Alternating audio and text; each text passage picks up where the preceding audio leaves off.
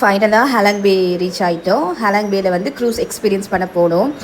இது வந்து உலக அதிசயத்தில் ஒன்றுன்னு எங்களுக்கு கைட் வந்து சொல்லிட்டு இருந்தார். யாரை கேட்டாலும் எதை கேட்டாலும் உலக அதிசயத்தில் ஒன்று, உலக அதிசயத்தில் ஒன்றுன்னு அவங்கவுங்க ஊரில் அவங்கவுங்கன்னு சொல்லிக்கிறாங்க. இங்கே நாங்கள் போனோடனே வந்து அந்த பிளேஸை பற்றி எக்ஸ்பிளைன் பண்ணிவிட்டு, அங்கே மொத்தம் 3 பிளேஸ் இருக்குது, அதை பற்றி எக்ஸ்பிளைன் பண்ணிவிட்டு லஞ்ச் சாப்பிட்டுட்டு நாங்கள் அந்த பிளேஸ்க்கு போனோம். ஒவ்வொரு பிளேஸ்லேயும் 50 மினிட்ஸ், 45 மினிட்ஸ், 55 மினிட்ஸ்னு டைம் கொடுத்துருந்தாங்க. அந்த டைம்குள்ளே நம்ம வராட்டி க்ரூஸ் நம்மளை விட்டுட்டு போயிடும்.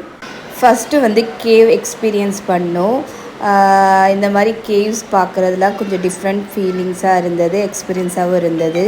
இதை முடிச்சுட்டு நெக்ஸ்ட்டு பிளேஸ் போனோம். அந்த பிளேஸில் பார்த்தீங்கன்னா படகு சவாரி மாதிரி இருக்கும். அது பார்த்தீங்கன்னா ஒரு பரிசலில் போகிற மாதிரி இருக்கும்.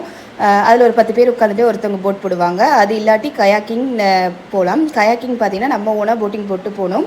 2 பேராக போய்க்கலாம். நாங்கள் கயாக்கிங் போனோம். அது செம்ம எக்ஸ்பீரியன்ஸாக ஜாலியாக இருந்தது, அவ்வளோ க்ரௌடில் போகிறது.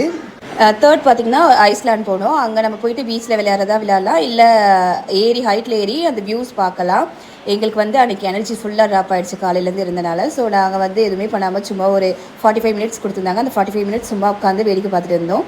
தென் க்ரூஸ் ரிட்டர்ன் ஆனதுக்கப்புறம் ஈவினிங் வந்து ஸ்நாக்ஸ் மாதிரி கொடுத்துட்டு டான்ஸு, மியூசிக் அந்த மாதிரி வைப் பண்ணிட்டு இருந்தாங்க. எல்லாம் முடிச்சதுக்கப்புறம் நம்மளை ஏற்றின இடத்துல இறக்கி விட்டுருவாங்க. 11 o'clock ஸ்டார்ட் பண்ணி 4 o'clock இறக்கி விட்டுருவாங்க.